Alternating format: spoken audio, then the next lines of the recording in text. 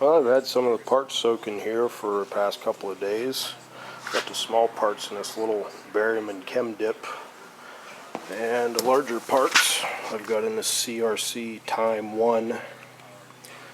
Both these cans are probably getting to be 7 or 8 years old, and they've probably been frozen several times, so it's not quite as potent as it once was, but it's a good start to get the major gunk out of there. As you can see, definitely not perfectly clean, but it's definitely probably got some of the harder stuff off.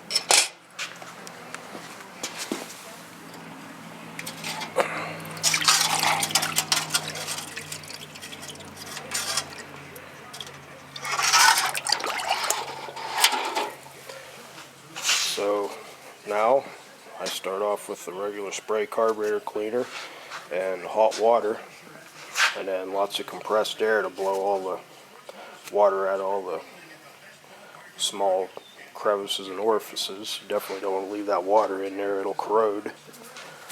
I was going to buy a carburetor kit for this thing, but, well, what's the sense? Literally, I've got thousands of parts for Holley carburetors. Just about everything you're going to need. I don't need to buy a kit. Well, got everything cleaned up and ready to go. Laid out here, and I'm going to start putting things together. I decided to use a brass float rather than a nitrofill due to the fact that this Camaro isn't a daily driver. It sets more often than not. And one problem with the nitrofill floats is it'll soak up the fuel and eventually want to sink. These brass floats won't do that, so I've done a couple of them out of the archives. There's nothing, perfectly fine to float, nothing wrong with them at all. I just like the nitrofill because they seem to be, they're a little bit lighter and seem to respond a little bit quicker, but brass floats are just fine. Now here's the plastic one I was talking about. And you can see that flimsy little tab right there that bends quite easily. Take your finger and bend it no problem. And that's what happens when the float level tends to rise, that pushes down. That's impossible to have happen on these. So they're a lot better float. Well, I got those floats installed now. You can see the inside of these float bowls are much cleaner. Got the new needle and seat. You can see where the gasket goes and the nut, and then there's another gasket under there. I'll install those in a second. I try to lubricate these O-rings with a small amount of lubriplate so that they don't tear on the way in.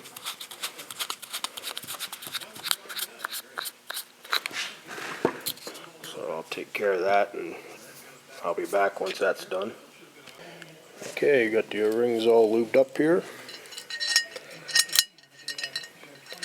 I'll install one of those and set it, do the rough setting to show you what I do there. It's going to be kind of hard for me to do one-handed, but I'll give it a try.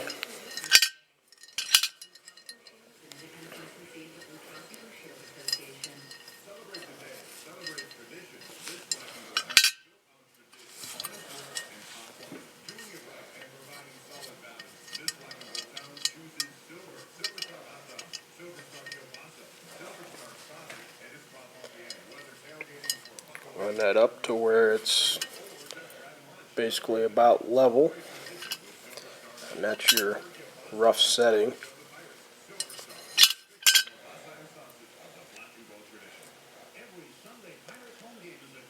And then once you start the engine up, then you can kind of go from there. I'll do this other one and get them all tightened up and everything, and kind of hard to do one-handed, so I'll be back. Well, I got the floats all preset, ready to go. Whenever I build a Holley, I like to kind of do it almost in modules. I kind of consider, say, like metering blocks a module, float bowls a module, carburetor body a module, and then whatever throttle body, whatever you have to do to that, which really isn't much, is a module. Well, there are a couple adjustments on there I'll show you. Got the jets in. Primary takes a 67. I looked it up, not a 68 like I said earlier. So that's what I got in there, 67s. Got a new power valve in there, new gaskets. Whenever you do these gaskets, you want to make sure you got the right ones. They make several different kinds. Same thing with the float bowl gasket. Another thing to keep an eye on is the gasket underneath the power valve. Many times that gasket will slip sideways. You could actually tighten it up, say like this, and it doesn't seal, and you'll wonder why you're way rich. Well, that's why. Notice there's like a little bit of a seat that it rides on. Just make sure that it's in that as you tighten it up. It's all good and straight. Be even the whole way around. Let's see here. I got the one idle mixture screw in, and I'll try and show you if I can one-handed how to put these in. You got this little quart gasket. I always screw that on a thread or two, and then this will be kind of tough to do one-handed, but there's a little well that it slides down into with a little bit of interference. So basically you push that down in until it stops, until it's pretty much seated, and then you screw I usually screw it in until it just seats.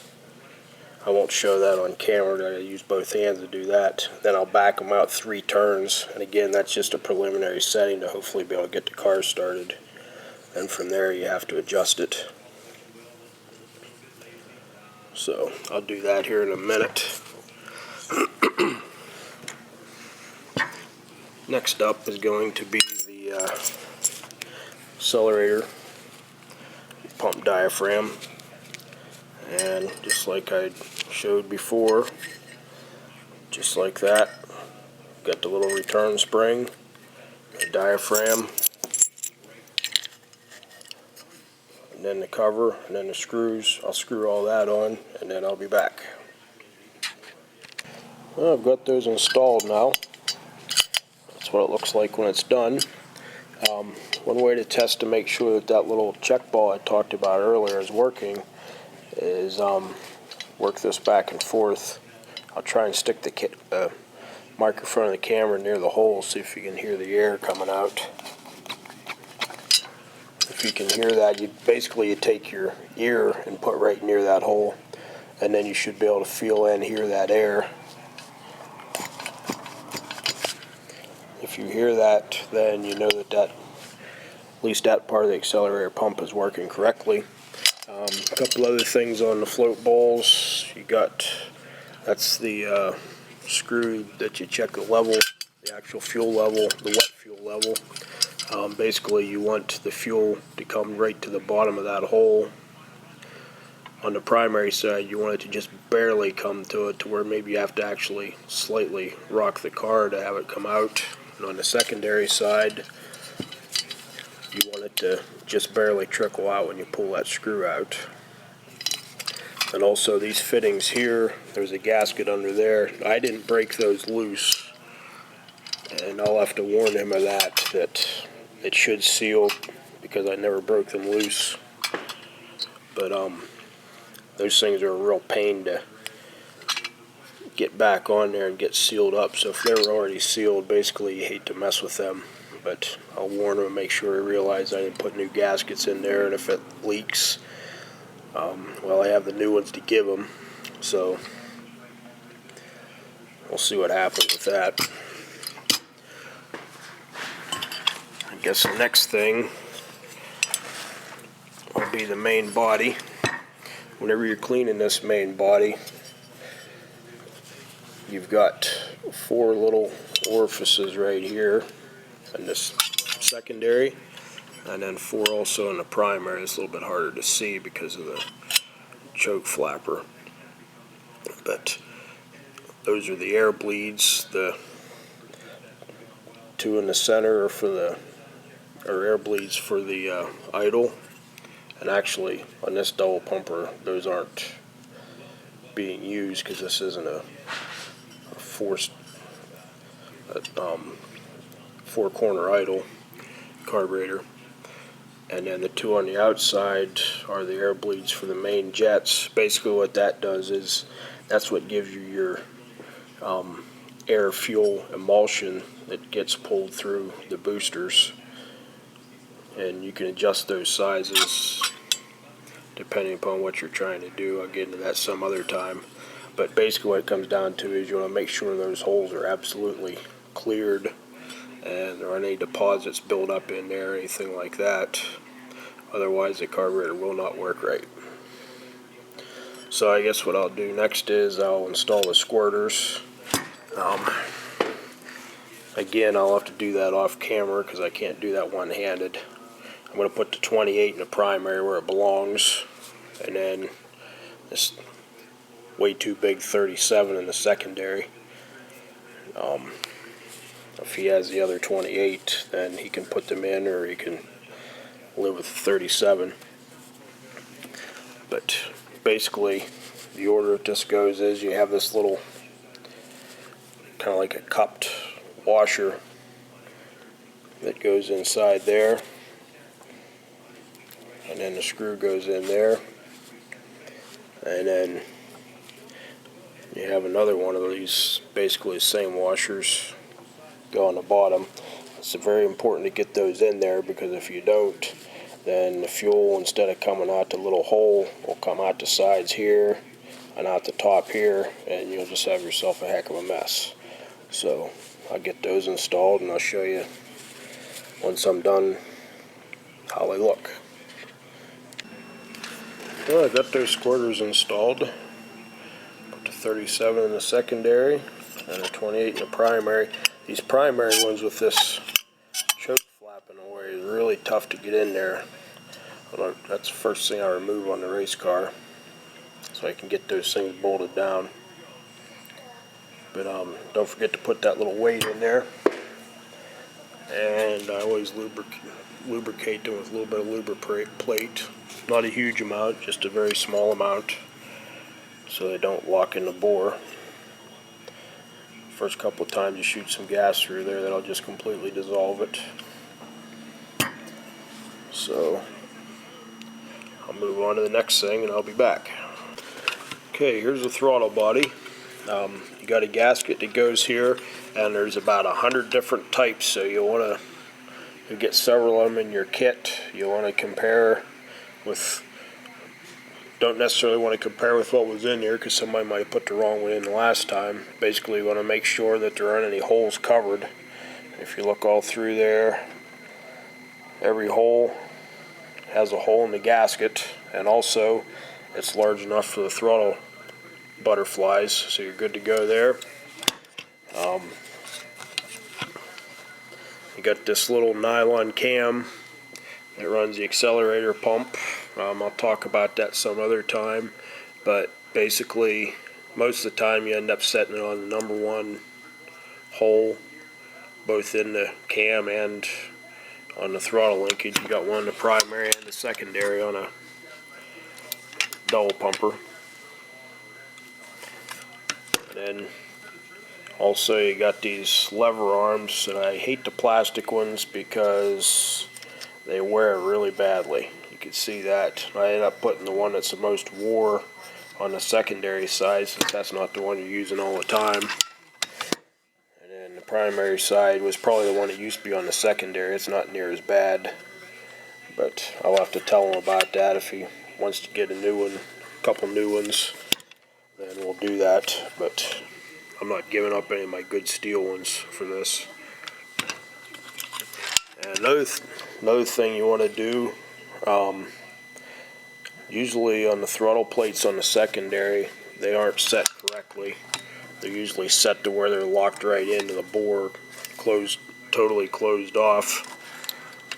You've got a little screw right here that you need to adjust to open these up a little bit. If you open it up too far, I try to get as close as I can. See that little slot there? I try to get as close as I can to where it's almost in that slot, but not quite. Because what happens is, if you're in that slot, you have to readjust this linkage arm a little bit. Otherwise, what happens when you go to full throttle and come back, the throttle will want to stick right about there unless you got a really strong spring, return spring, to snap it back, because it kind of gets caught in there when this ends up being open kind of like that. So you need to strike kind of like a happy medium. I know when I originally adjusted this, I had a little bit too far, and sure enough, that thing would stick open like that. Now, it's not like it's stuck really hard to where you can't just snap it shut with your fingers, but if you have a really light throttle return spring, it could be a problem. So that's something to keep an eye on. So I'll be bolting this onto the main body here in a little bit, and I gotta find, remember there was 2 screws missing, I gotta find 2 more to put in the center. I always use a little bit of blue Loctite on the threads on these, because if you happen to have, now this guy has a dual plane intake, and I think he said he had a 4-hole gasket, so it's not a problem. But if you have an open intake with an open gasket, then these 2 center ones can possibly fall out and into your engine. That might be why somebody at some point left them out, so that wouldn't happen. Well, they really need to be in there. So I always Loctite every one of them in with blue Loctite. The blue Loctite is gentle enough you can get them back out, but at the same time it'll keep it locked in and tighten them up really good. You want to tighten them up pretty much. Of course, you don't want to over tighten them and strip the threads, but you want to make sure those are really tight, because it's very important not to have a couple of them vibrate out and drop in your engine. And that has happened in the past. Luckily not to me, but it's happened to people I've known. So we'll get this bolted on here and I'll be back. I got this thing pretty much together now, other than the choke system. I'll do that tomorrow after work. Got all the screws back in there. Got them all Loctited in good and tight. One thing you want to kind of keep an eye on when you're putting these together is to make sure that at full throttle you still have a little bit of clearance left on the accelerator pump. Otherwise you could put that thing into a bind. This one here is pretty good. The float bowls and everything on, that's all pretty straightforward. Just bolt it on there and go. One thing you do need to make sure of is, especially on a double pumper, it matters which side the float bowls go on, because if you put this float bowl over here, then your inlet's on the wrong side. So you want to make sure you have your fuel inlet on the side opposite of where your throttle cable goes. But it's pretty much together now, other than the fact I gotta mess around with this choke system, which is kind of a pain in the rear end sometimes. But just thought I'd show it all together. Finish that up tomorrow, and hopefully you can try it out. I'm sure it'll work good, as long as the rest of what he has is any good. Well, the carburetor has been completed. Finished up putting this choke cap on and tested it. Basically, you do a continuity check between here and this housing or anywhere else in the carburetor, because need to have a ground. If you don't have continuity between the ground terminal and the carburetor, then the choke cap's not going to work. If you can see here, there's a little slot in there that can either go straight up to the middle main slot, or what I did was I moved a couple slots to the lean side. Since this car usually isn't driven in really cold weather, it's mainly driven in the summer, so that'll get the choke open a little bit quicker. Got the fuel line on, it's pretty much ready to go. I was hoping to go a little bit more in depth on how to put this thing together, but I was kind of like start and stop. I was doing this and I was out doing yard work, and the wife was doing yard work, and then the mower kept breaking down, and so I was kind of hit and miss and start and stop, and you'll kind of see that in the video. Spent a little time on it, went off, put the drive belt back on the mower, come back in, wife needed a hand with something, went out, so it's kind of hard to just sit down and do an actual tutorial on this. But anyways, it's complete, and I give it back to the guy tomorrow and we'll see how it works. Hopefully it'll run good.